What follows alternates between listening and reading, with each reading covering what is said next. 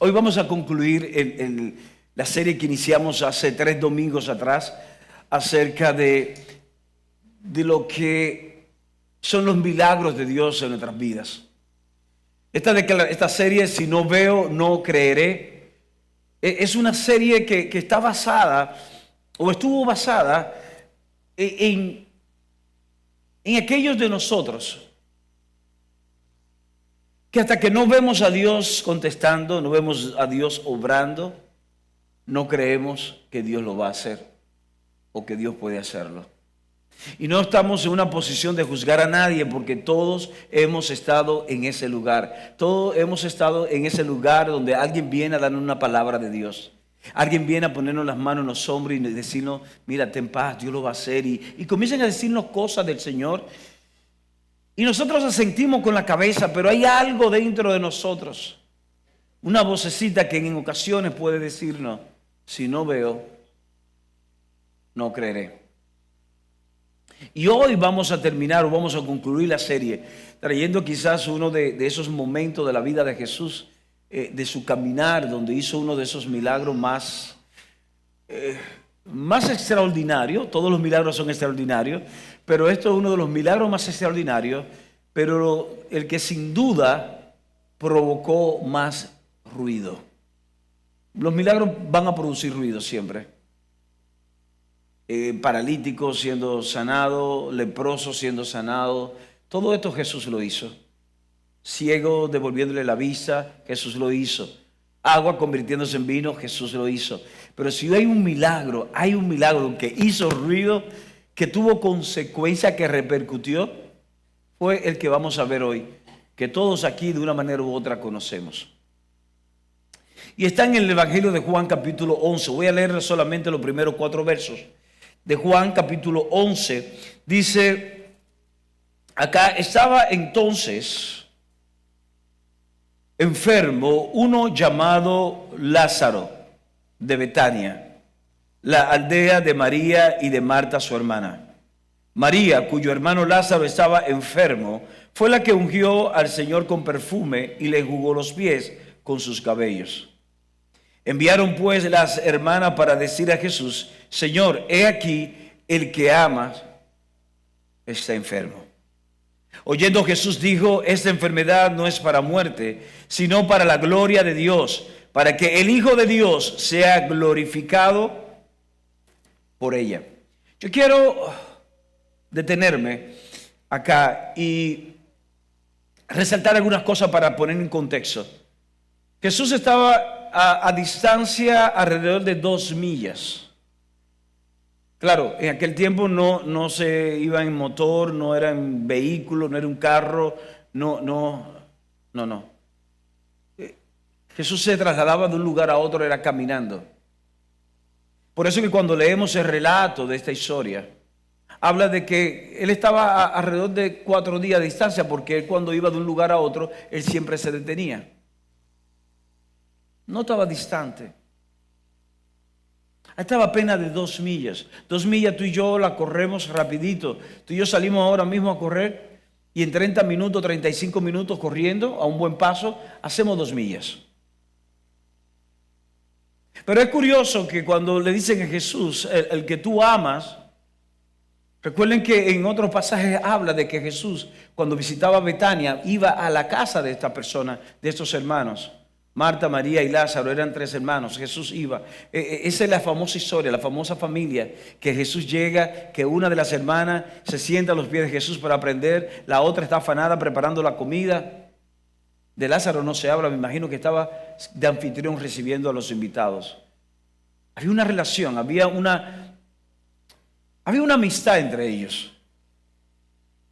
Y en ese lugar, en ese momento, Jesús recibe la noticia que su amigo Lázaro, al quien él ama, está enfermo. Y en lugar de Jesús salir apresurado para ver a su amigo, para producir una sanidad, para provocar un milagro, dice que Jesús se quedó en el lugar 4 días. Y no es hasta al final que luego Jesús sale hacia allá. Pero Jesús iba a hacer un milagro. Y antes de continuar, me gusta la definición de un hombre que murió recientemente, hace apenas 2 semanas que murió, un teólogo moderno, contemporáneo, Tim Keller, que define el milagro como la intervención de Dios para volver las cosas a su diseño original. Esa es la definición de Tim Keller. Esa es la intervención de Dios para volver las cosas a su diseño original. Estamos hablando de un enfermo, de una persona cercana. Lázaro no era una persona especial, sino que era una persona común dentro de su círculo, una persona ordinaria en medio de una comunidad. Pero aquí lo tenemos enfermo. Ahora mi pregunta es, y quiero que quizás también tú te puedas hacer esta pregunta en esa mañana, es: si Jesús le amaba, ¿por qué no respondió en el momento de recibir la noticia? Voy a repetir esto. Es una pregunta que nos podemos hacer hoy. Si Jesús amaba a Lázaro, ¿por qué no respondió en el momento? Es la pregunta que quizás tú y yo nos hemos hecho en aquellos momentos de crisis, en aquellos momentos de dificultad, donde hemos orado, donde se nos dice que confiemos en Dios, donde se nos dice que Dios es bueno, que Dios nos ama. Y nos podemos preguntar, si Dios nos ama, ¿por qué no responde en el momento en que yo he clamado a Él? Es decir, ¿qué sucede? ¿Qué sucede en tu corazón cuando algo tan importante, algo vital, y ese Dios que tú le has creído, que quizás te ha tirado tu familia en contra, creyéndole a ese Dios, en el momento que tú le necesitas, no te responde? ¿Qué sucede con tu corazón? ¿Qué sucede con tu fe? Hay algunas cosas que yo estoy aprendiendo. Y oye lo que digo, estoy aprendiendo, no te digo que he aprendido. Y es que cuando oramos al Señor, debemos orar al Señor basado en su propósito, no en nuestra necesidad presente. He estado aprendiendo eso. Cuando Jesús recibe la noticia de que Lázaro, su amigo, está enfermo, Jesús le dice a los discípulos, a los muchachos que están con él, a esos hombres que lo acompañaban, le dicen: ¿saben qué? Esta enfermedad no es de muerte, sino para que la gloria de Dios sea manifestada. Jesús no habla de condición, Jesús habla de propósito. ¿No es interesante eso? Jesús, en lugar de hablar de la gravedad, Él pudo haber dicho: esta enfermedad no es tan, miren, no es como suena, suena más grande de lo que es. Tranquilo. Pudo haber dicho esto. Pudo haberle dicho a ellos: ¿saben que esta enfermedad es algo pasajero? Porque algo va a suceder después. No. Jesús se enfoca en algo interesante. Jesús dice: esta enfermedad no es de muerte. Es decir, esta enfermedad no es el fin, sino para que la gloria de Dios sea manifestada. Cuando tú y yo comenzamos a orar al Señor, nos acercamos a Dios en medio de una necesidad, en medio de la intervención que esperamos para que Él haga algo en nuestras vidas, tenemos que comprender eso. No siempre nuestra necesidad va a ser lo que va a mover a Dios, pero siempre Él se moverá por su propósito. No siempre Dios se va a mover por nuestra necesidad, pero siempre Él habrá de moverse por su propósito. Y son esos momentos en los que yo estoy aprendiendo, donde yo tengo que entender que mi adoración a Dios debe ser de una mentalidad de no importa qué. ¿Me explico? Hubo dos hombres que servían a Dios, uno llamado Pablo, otro llamado Silas. Muchos los conocen. El libro de los Hechos registra esta historia. En el libro de los Hechos, Pablo y Silas son encarcelados, son llevados a prisión por ellos estar haciendo las cosas de Dios. Ellos estaban predicando, ellos estaban sanando enfermos, ellos estaban provocando liberación en personas que estaban siendo oprimidas por poderes de las tinieblas. A causa de la intervención de ellos, a causa de Dios hacer un milagro a través de ellos, ellos son tomados prisioneros, son llevados a la cárcel. El escritor de Hechos, que es Lucas, lo describe de esta manera. Dice que estando Pablo y Silas en el lugar más adentro del calabozo, en la hora más oscura y quizás con un futuro incierto, ¿sabe qué hicieron estos dos? Dice que ellos comenzaron a adorar a Dios. Comenzaron a adorar a Dios, y en medio de la adoración a Dios, algo provocó esa transformación en la atmósfera. Había una atmósfera de oscuridad, había una atmósfera de tristeza, de dolor, de abandono, porque habían otros prisioneros. Pero algo provocó la adoración de estos hombres, que no importa qué, lo que estaban pasando, ellos iban a adorar a Dios. Y esa adoración con esa mentalidad de no importa qué, provocó, dice que hubo una sacudida como un terremoto. Literalmente las cárceles fueron abiertas, al punto de que el carcelero, el responsable de que esos prisioneros se mantuviesen en la cárcel, intentó suicidarse porque pensó, si estos presos se van todos o se fueron todos, entonces me van voy a pagar consecuencias, yo prefiero quitarme la vida. Y es cuando Pablo lo detiene y le dice, no, espérate, tranquilo, nadie se ha movido. Y ahí reconoció el carcelero que definitivamente el Dios que predicaba Pablo había hecho eso, y él quería conocer ese Dios. ¿Cuál es el punto? El punto es que la adoración de Pablo y Silas no respondió a una liberación. La adoración de Pablo y Silas fue antes de un milagro, sino que la adoración de ellos respondió a una mentalidad de no importa qué, aunque Dios no haga un milagro en mi vida, yo le voy a adorar. Pregunto hoy, y son de las cosas que estoy aprendiendo, ¿yo soy capaz de adorar a Dios sin importar que Él lo haga?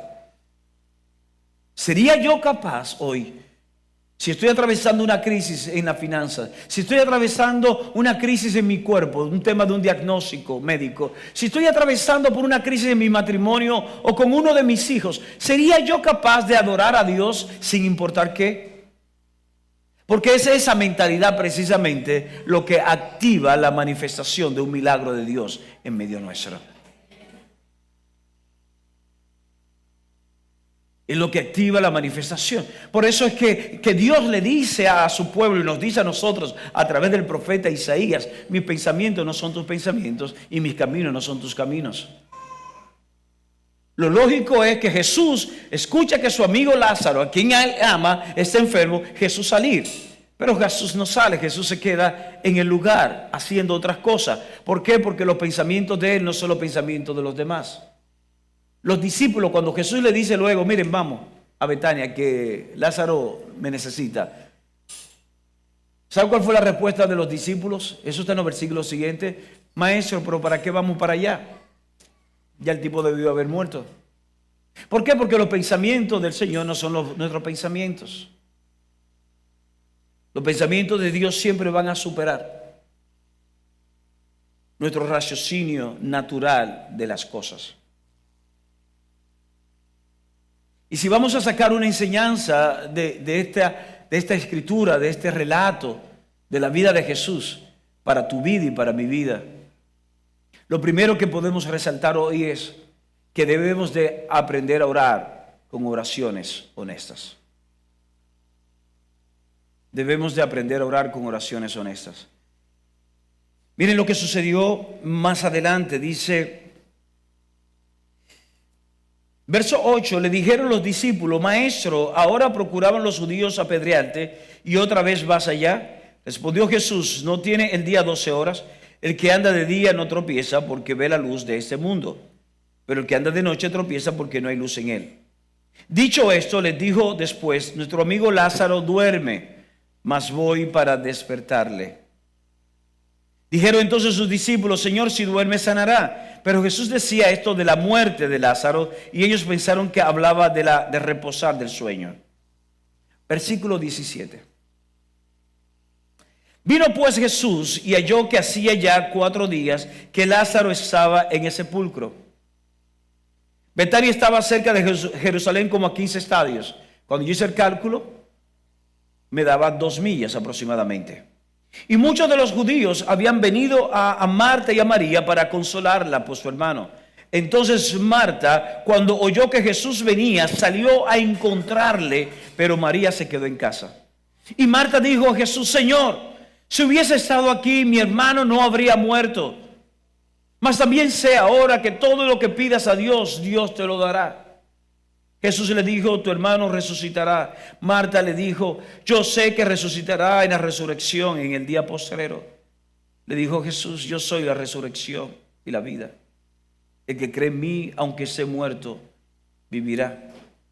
Y todo aquel que vive y cree en mí no morirá eternamente. ¿Crees eso? Le dijo: sí, Señor, yo he creído que tú eres el Cristo, el Hijo de Dios que ha venido al mundo. Es interesante, y por eso volvemos al primer punto, ¿verdad? De cuando tú y yo vamos a orar, tenemos que orar con oraciones honestas. Jesús llega a Betania, Jesús llega por fin al lugar donde estaba Lázaro ya enterrado, donde estaba Marta y María desconsolada en la casa llorando. Ambas hermanas reciben la noticia de que Jesús llega. Una de ellas se queda en casa. Y yo no sé si tú has tenido este tipo de actitud. ¿Para qué yo voy para allá? María se queda en casa. Y algunos pensarán que María se quedó en la casa y quizás se ha enseñado de esta forma, diciendo: bueno, María estaba reposando en el Señor. No. María se quedó en casa porque hay un punto como que nos quedamos desinflados. Hemos estado orando tanto por un milagro. Hemos creído que Dios lo va a hacer. Y como que llegamos al final y Dios no lo hizo. No es que dejamos de amar a Dios. No es que dejamos de querer a Dios. Pero como que quedamos desinflados. Quedamos resacados en nuestra frustración. María se quedó en la casa. Marta sale automáticamente al encuentro. Sí, la misma Marta que le dijo a Jesús en un momento: Señor, vea que a ti no te importa que yo estoy aquí afanada y María no hace nada. Esa misma Marta sale al encuentro. Yo me imagino, Marta, que Jesús está aquí, tú eras. Lo voy a hacer un par de preguntas. Tú hubiese venido antes y Lázaro no muere. Es una oración honesta. Marta estaba siendo vulnerable. Marta no tenía que venir con poses. Jesús conocía el corazón de Marta.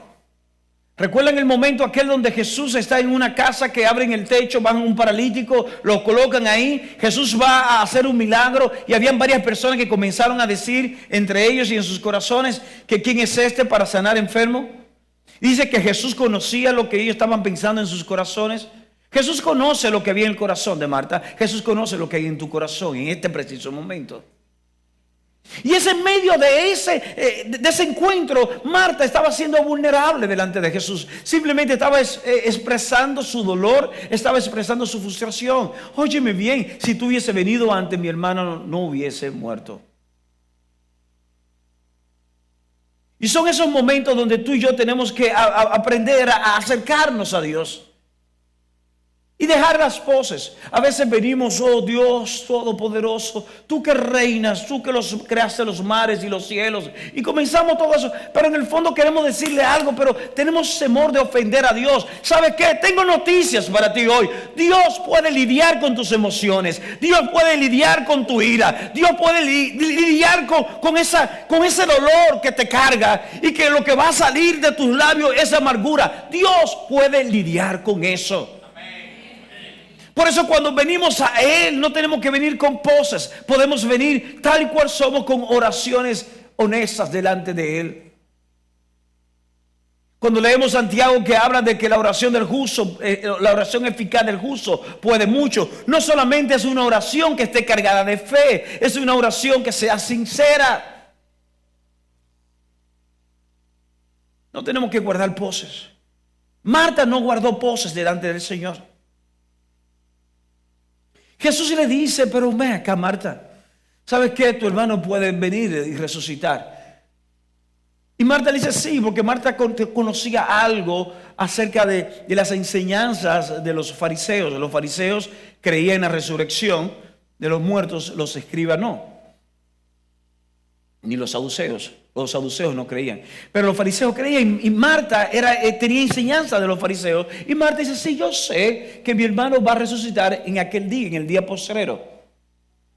Jesús dice, yo estoy hablándote de ahora, porque yo soy la resurrección y la vida, y el que cree en mí, aunque esté muerto, vivirá. Y yo vengo a decirte hoy que hay situaciones en tu vida, en mi vida, que pueden lucir muertas, pueden lucir que todo ha terminado, pero si le creemos a Él, ciertamente Dios lo puede levantar, Dios puede vivificar eso que luce que ya está muerto. Si hay algo que quiero que quede bien claro en tu corazón hoy, es que la tardanza de una respuesta de Dios no es sinónimo de su negación. Voy a repetirte, la tardanza aparente de una respuesta de Dios no es sinónimo de su negación. Ellas anhelaban un milagro de Dios, y una aparente tardanza donde aparentemente ya su hermano todo terminó, ellas entendían que Dios había negado su petición. Pero recuerda que Dios no se mueve por nuestras necesidades, sino que se mueve basado en su propósito. Y en ese punto de esta conversación, el verso 28 dice, habiendo dicho eso, fue y llamó a María su hermana. Cuando después de este diálogo dice, fue y llamó a María su hermana, diciéndole en secreto, el maestro está aquí y te llama. Ella, cuando lo oyó, se levantó deprisa y vino a él.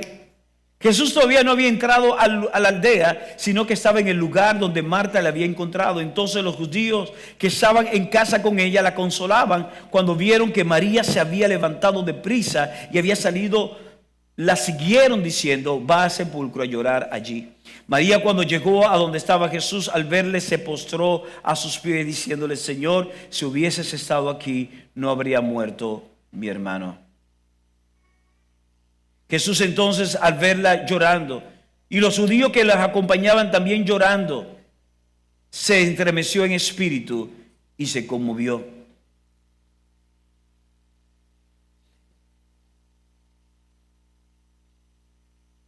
Jesús en este momento dice que se conmueve. Y cuando leemos un poquito más adelante en el verso 35, que es considerado el verso más corto de toda la Biblia, dice el verso 35, Jesús lloró. Pero el lloro de Jesús no era un lloro de incredulidad, no era un lloro porque había desconsolación en él.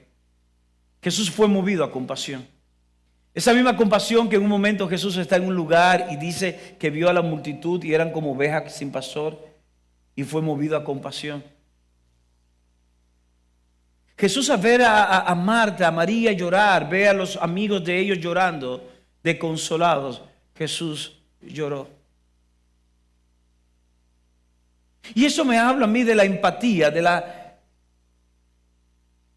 conexión de Dios con nosotros. Dios no es un Dios insensible que simplemente está rigiendo blanco, negro y juicio acá y todo. No. Cuando leemos el libro de Hebreos, dice que tenemos un sumo sacerdote, hablando de Jesús.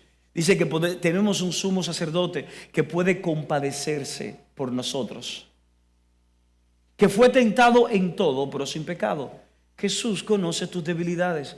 César hablaba de grietas. Roami hablaba en medio de la adoración, de venir a Él tal y cual tú eres. Porque lo maravilloso de Dios es que tú y yo podemos venir como tal y cual somos. Podemos estar rotos, emocional o espiritualmente. Podemos estar en completa ruina. Podemos venir de un pasado desastroso y estar viviendo un presente vergonzoso. Y aún así, Él nos ama y Él nos dice, ven y yo lo haré en tu vida. ¿Por qué? Porque Él puede compadecerse. No tenemos un Dios como algunas religiones tienen un Dios lejano. Tenemos un Dios que fue capaz de encarnarse y venir y nacer a través de del vientre de una mujer. Y siendo hombre 100%, pero igualmente siendo Dios, pudo experimentar todo lo que nosotros en nuestra naturaleza experimentamos. Pero ahora vemos a Jesús diciéndole a Marta: Marta, ¿tú sabes qué? Si tú crees en la resurrección y crees en mí, tu hermano va a volver. Tu hermano va a volver. Dice el verso 35, Jesús lloró. Dijeron entonces los judíos: mira cómo le amaba. Y algunos de ellos dijeron: ¿no podía ese que abrió los ojos al ciego haber hecho también que Lázaro no muriera? Porque siempre saltan unos cuantos murmurando, ¿verdad? Jesús, profundamente conmovido, otra vez vino al sepulcro. Era una cueva y tenía una piedra puesta encima. Dijo Jesús: quitad la piedra. Marta, Marta, la misma Marta de ahorita que fue y le encontró y oró o le habló de manera sincera, de manera honesta. Marta, la hermana del que había muerto, le dijo: Señor, hiede, ya mi hermano hiede, ya ese matrimonio hiede, ya esa finanza hieden, ya esa relación hiede. ¿Para qué? ¿Para qué tú quieres que movamos la piedra? Le dijo: Señor, hiede ya, porque es de 4 días. Jesús le dijo: no te he dicho que si crees, verás la gloria de Dios. Y sí, ciertamente tenemos que, para tú y yo, experimentar milagros, el milagro de Dios, tenemos que estar dispuestos a tener oraciones reales, oraciones honestas. ¿Sabes qué? Tenemos también que creerle a Él de nuevo. Creerle a Él de nuevo. No me quiero imaginar el valor que se necesitaba en la vida, en el corazón de Marta, en el corazón de María. El creer, no solo, porque una cosa es tú creer para que tu hermano se sane, otra cosa es tú saber que ya hace 4 días que está sepultado. Saber ya que en la condición que su cuerpo ya comienza a descomponerse, ya comienza a emitir un olor desagradable. Y en medio de todo eso, Jesús le está diciendo: yo quiero que tú creas de nuevo. Yo quiero que tú me creas. Yo quiero que tú creas. Porque si crees, verás la gloria. Recuerden que Jesús dijo: esta enfermedad, recuerdan a los discípulos, esta enfermedad no es de muerte, sino para que la gloria sea manifestada. La gloria no había sido manifestada. Había algo que había que manifestarse. Y Jesús le está diciendo a Marta: ¿sabes qué? Si tú crees. Y hoy te está diciendo a ti: si tú crees. Quizás tú no has visto el milagro y ya tuviste ese vehículo que con tanta emoción tú lo sacaste, hasta te hiciste un selfie o tiraste una foto de ese vehículo o de esa casa, y que hoy quizás ya tú la estás perdiendo o la perdiste. Y hoy el Señor te dice: creer. Porque yo soy el Dios que hago nueva todas las cosas. Soy el Dios que restauro. Soy el Dios que restituyo. Y lo que tú perdiste, yo tengo el poder para hoy darte aún más de lo que perdiste. Pero es en ese debate emocional, espiritual, donde muchas veces no estamos dispuestos a creer. Pero para ver el milagro, tenemos que creerle.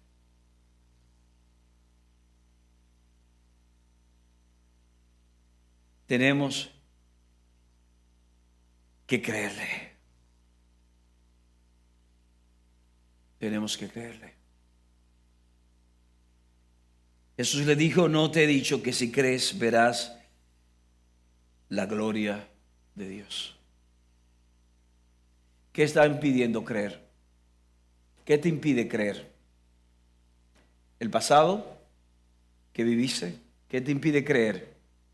Lo imposible que luce tu realidad, ¿qué te impide creer? Yo no estoy hablando de creer en tus fuerzas, yo no estoy hablando de creer en tus habilidades o en que esta persona te falló. Yo estoy hablando de que Dios puede hacerlo.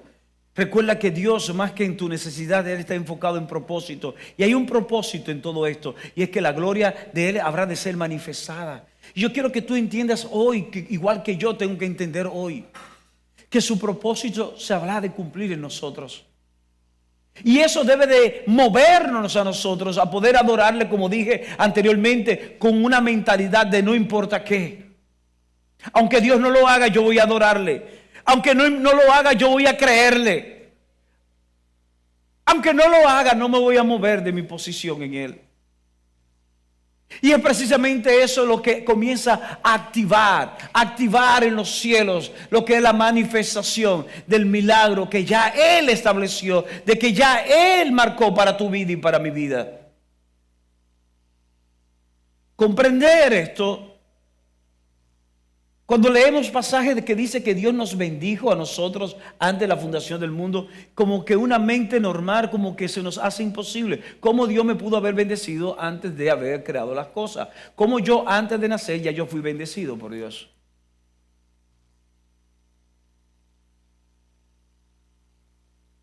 Estábamos compartiendo con los hombres, ¿verdad? El pasado jueves.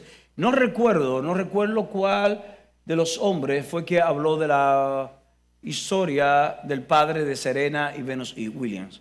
¿Cuál fue de los hombres que habló de ellos? Creo que fue Luis. ¿Fuiste tú, Luis? Fue Luis. Luis Martínez. Dijo Luis Castillo. Pero fue Luis Martínez. Habló y hay una serie en Netflix que habla de eso. En el momento que nació Serena y nació Venus Williams, las dos hermanas, las famosas tenistas, ese hombre, el padre de estas dos muchachas, hizo una declaración sobre sus hijas, sobre cómo una de ellas iba a ser la mejor tenista del mundo y cómo otra iba a ser la más extraordinaria, la más famosa. Una quizá con mejor habilidades, pero otra con mayor impacto, mayor legado. Y este padre lo dijo cuando sus niñas nacieron. Ahora, él se encargó, y de eso es la serie en Netflix, donde registra la biografía, el manejo. Es con Will Smith, que hace el papel del padre de Serena y Venus Williams. Y es interesante de cómo ese hombre toma a estas niñas y desde pequeña comienza a enseñarles a jugar tenis.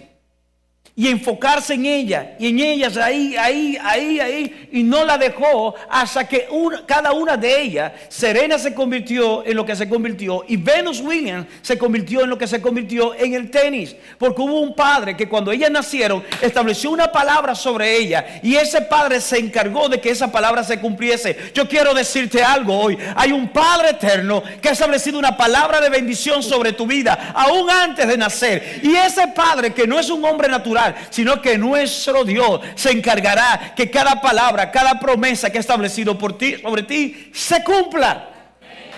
Por tanto, yo te invito a creerle a Él. Te invito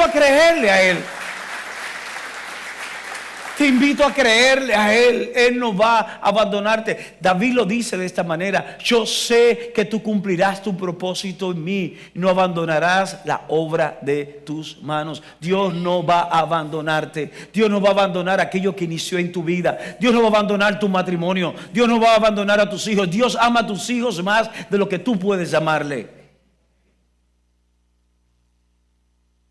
Cree de nuevo. Porque si crees, verás la gloria de Dios. Finalmente,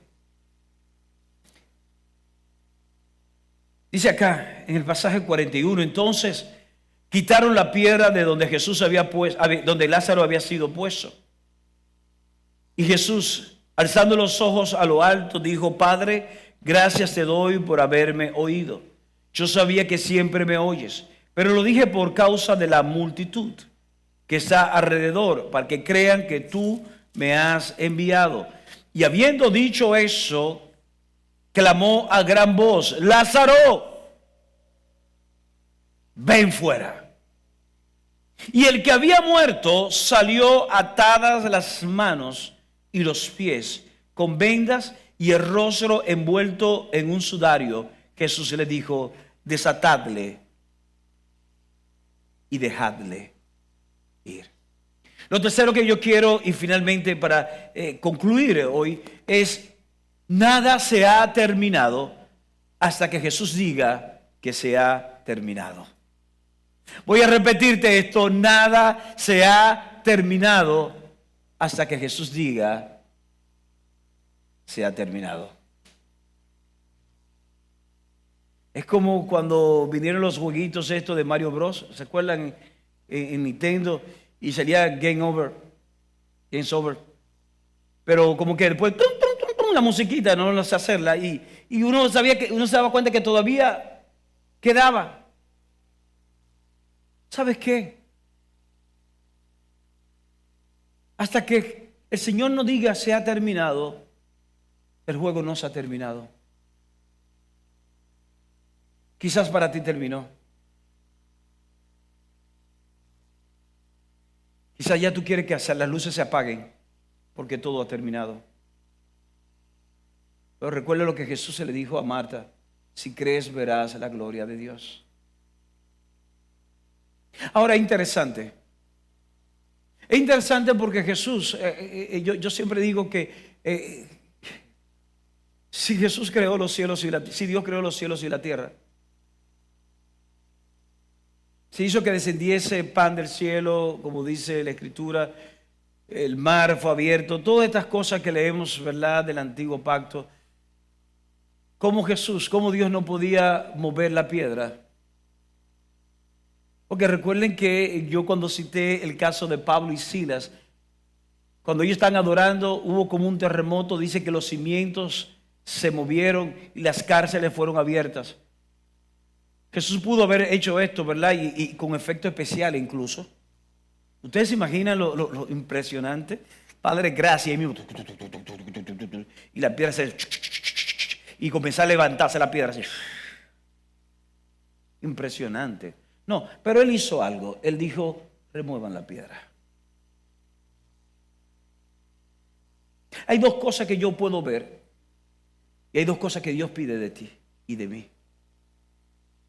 Remover la piedra sabiendo de que hacía 4 días que ya estaba ahí y que ya hería, requería fe, por lo menos en la palabra de Jesús. No de que si va a resucitar, pero si Él lo dice y Él ha hecho otra cosa, vamos a hacerlo. Y es esa piedra que hoy el Señor nos está diciendo que removamos. Es esa carta, ese correo que Dios está diciendo a ti que hoy mande. Ese mensaje. Esa llamada que Jesús está diciendo, hazla. Tú dices: no, pero ya de eso. Y Jesús te dice: llama, hazlo. Se requiere un nivel de fe. Pero ¿y si no me coge la llamada? Si no me responde, si su respuesta es totalmente lo contrario, y Él te está diciendo: hazlo. Porque se requiere un nivel de fe para mover la piedra. Pero hay algo más, hay algo, y es que Jesús estaba pidiendo, solicitando la colaboración de las personas para la manifestación del milagro. Y hoy el Señor nos dice a nosotros que tú y yo tenemos que colaborar. Cuando dice que tenemos que colaborar, no es porque Dios no lo puede hacer, pero hay una atmósfera que tú y yo tenemos que crear en nuestras vidas, crear en nuestra familia, crear en esa casa de fe para ver la manifestación. Hay cosas que Dios ha prometido sobre esa casa, pero no la vamos a ver hasta que el ministerio de alabanza no aprenda a crear la atmósfera, hasta que las personas que predican aquí, empezando por mí, no creamos una atmósfera donde real y efectivamente el Señor se manifieste, donde la persona que abre la puerta como servidor, el que ayuda a acomodar, o las personas que están con los niños juntos, no estemos colaborando, removiendo la piedra para que el milagro acontezca, porque hay un milagro que Dios quiere hacer en tu vida, en tu familia, en esa casa de fe, pero nos está diciendo: tiene que tener fe y tiene que colaborar, tiene que preparar el ambiente para yo manifestarme.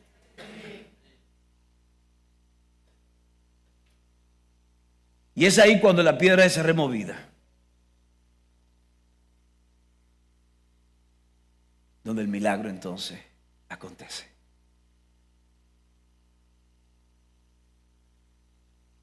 ¿De qué estamos hablando? Estamos hablando que la fe implica un desafío al curso natural de las cosas. La fe implica un desafío al curso natural de las cosas. ¿Cómo termina la historia? Y aquí podemos ver cómo una vez más Dios está presente en lo temporal que tú estás viviendo y que yo estoy viviendo, pero Él está enfocado en la eternidad de tu vida. Algunos pensarán que todo terminó ahí.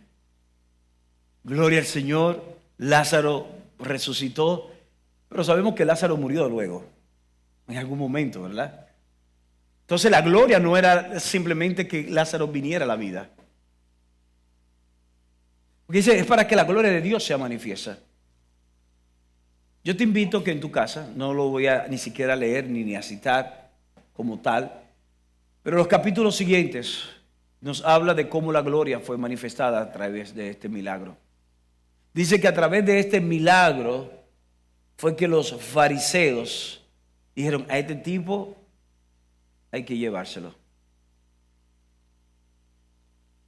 Fue justo después de este milagro que se armó el complot para matar a Jesús y también para matar a Lázaro. Lo dice en el capítulo 12, dice que no solamente a Jesús, porque matar a Jesús, ok, pero había que matar a que ya había muerto y que resucitó, porque era el testimonio de que Jesús es real.